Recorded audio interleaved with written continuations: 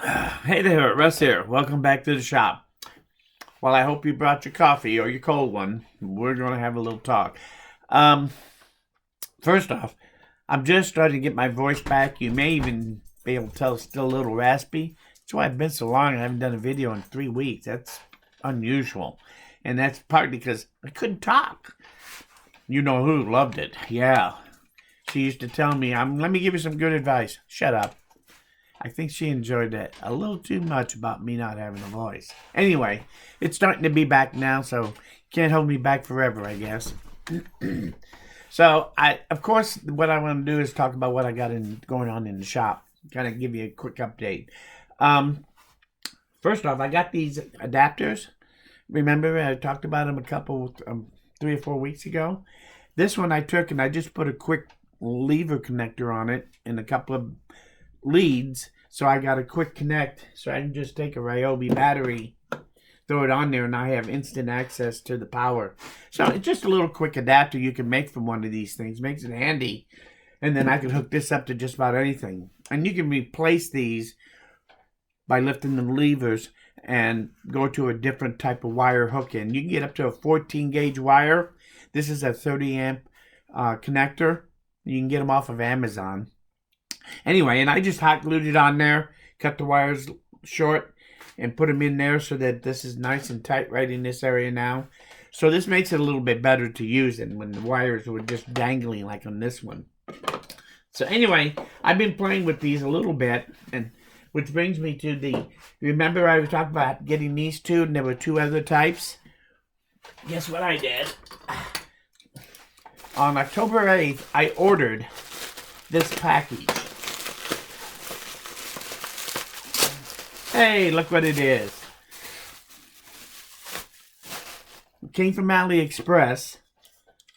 And this is the other adapter I was talking about, how easy this thing is. You can just take any box, drill a hole, drop that down in there, put a couple of screws in, and this thing is ready to fire off and use as an adapter. Trouble is, this one actually is the most expensive. I got somewhere between $7 and $7.50 wrapped up in buying 6 of these and getting them here, which is a little higher than these other two. This is the cheapest.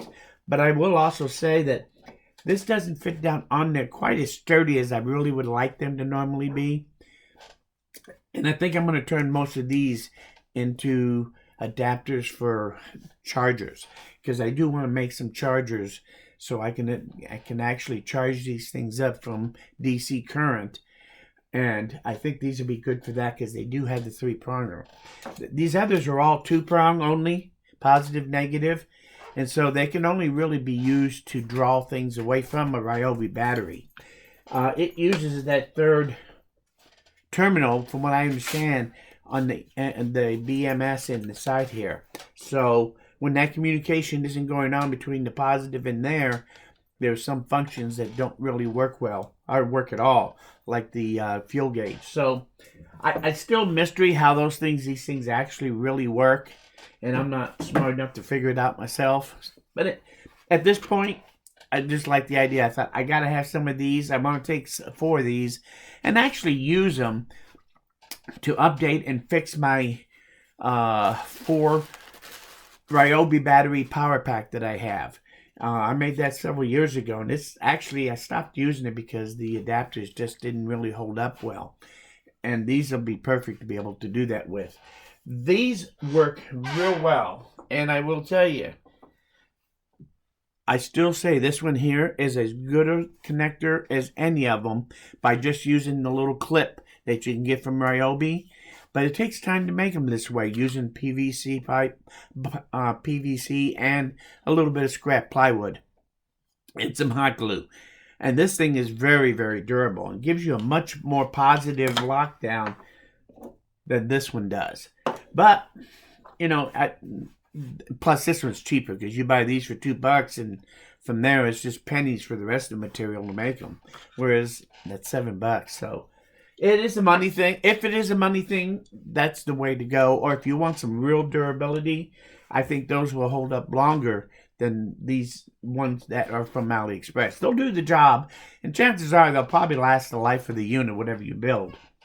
But They're not quite as durable as making it yourself the way I did. So anyway, just for convenience sakes, I'm probably going to start using these. You always have the alternative if you don't want to spend the money to do it the other way. And sometimes I do it that way just simply to keep the cost down. Say, hey, I can make this for under 10 bucks. Well, it's hard to do when you had a $7 adapter to begin with. Anyway, enough about the adapters. I'm tickled to death to get these. So now I'm going to try to finish up that four Ryobi battery power bank. And when I get that done, I'll show it to you and see what you think about it. The other thing I've been working on is I went out and I've been working on this contraption. And this, I got to do a whole video on this. So I'll do that here pretty soon. Excuse me. Basically, there's my foghorn. It's back. But I can take 3 Ryobi batteries and put them in here. And now I have, this is actually what I call a power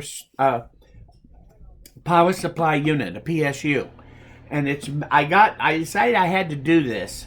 And what it does is it gives me, out of my battery selection, I can get either 20 volts or 60 volts out of my output based on where I put this switch. So if I put it over here, I'm going to get 60 volts out. Anyway, this has been a very unique project for me. And I'll go over this if you have any interest. The wiring on this, how it's wired up, was the hardest part of the whole project, quite honestly. Anyway, that's something I've been working on. Sorry about that. That's something I've been working on, and I'll go over that closely and show you how it works and why. And I'll show you a little wiring diagram. If you're interested, stay tuned for that. So, but that has been kind of a fun project. That's what I've been working on. Right now, it looks like a monstrosity, and actually it is. But I'm going to take this. Once I make sure that it works, and I checked it, and it actually works now. So, now that I have it working, I can actually put it to use. And I know what you're asking. Why did I make a 20 volt and a 60 volt output power PSU? That's because I bought this. I've been really dying to buy one of these. And I'm anxious to use it. So I just hooked up 2 of the wires. You can hook up 4 so that you can get a full amperage out of this. This is the Ryobi RD 6018W. It means that it also has the Wi-Fi system, and it has the USB port here for communicating it to your computer or to your phone. Well, no, I think this only goes to the computer, but I think you can do it on your phone. But it's basically a digital power supply, and it's really a very good one. Gets a lot of high ratings, and this is a lot more expensive than those little buck converters that I normally get. But I wanted to give myself a really good power supply that I can really control the voltage out on it. So anyway, I've got a lot of experimenting I want to do with this. This is definitely my new toy in the shop, is this little bear. And in order to use it, I figure that up to now, most of the things I do, I've been using a 12 volt supply, because that's all I really have, everything. And I wanted to increase the voltage for some of the things I want to do. The Ryobi battery inherently starts at 20 volts, so I get a higher up just from that. But there's some things I want to be able to do and experiment with the full 20 volts. So I needed a power supply that would supply that 20 volts to me very easily. So that's why I wanted to get that. Now, I also am going to buy a 24 volt, 15 amp power supply, switching power supply. Amazon has that. And I'm going to use that for my normal power supply for this.